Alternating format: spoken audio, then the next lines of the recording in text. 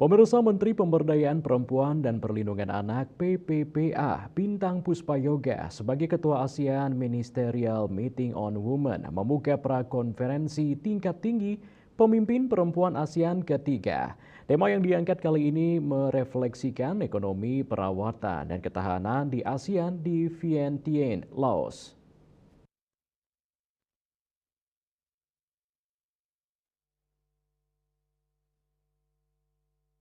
Menteri Pemberdayaan Perempuan dan Perlindungan Anak, PPPA, Bintang Puspayoga, sebagai Ketua ASEAN Ministerial Meeting on Women, membuka prakonferensi tingkat tinggi pemimpin perempuan ASEAN ketiga, yang mengangkat tema, merefleksikan ekonomi perawatan dan ketahanan di ASEAN, di Vientiane, Laos.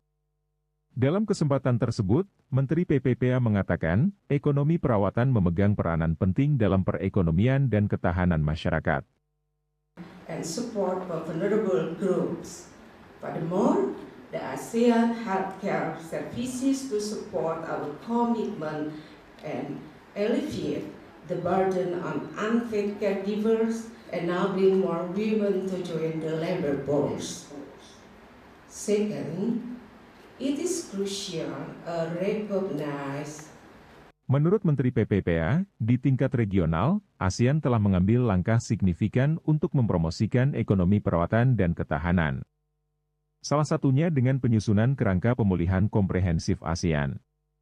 Lebih lanjut, dalam forum tersebut, Menteri PPPA menyebut juga hal penting yang perlu dilakukan oleh negara-negara anggota ASEAN dalam memperkuat ekonomi perawatan dan ketahanan di ASEAN. Vice President Lao Women's Union, Khamba Petvisai mengatakan, pra-KTT Pemimpin Perempuan ASEAN hari kedua terdiri atas 5 sesi, setelah hari sebelumnya telah menyelesaikan 4 sesi panel diskusi. Kelima sesi tersebut membahas mengenai tantangan, peluang, dan prioritas terkait kesetaraan gender dan pemberdayaan perempuan dalam visi komunitas ASEAN pasca 2025. Berbagi praktik baik dalam koordinasi respons kekerasan berbasis gender, baik dari sisi perlindungan, layanan sosial, jalur rujukan, dan respons sistem kesehatan. Pencegahan kekerasan terhadap perempuan di ASEAN. Peluncuran pedoman regional ASEAN tentang pengembangan standar operasional prosedur nasional, terkait koordinasi dalam merespon kekerasan terhadap perempuan dan anak perempuan, termasuk kelompok marginal.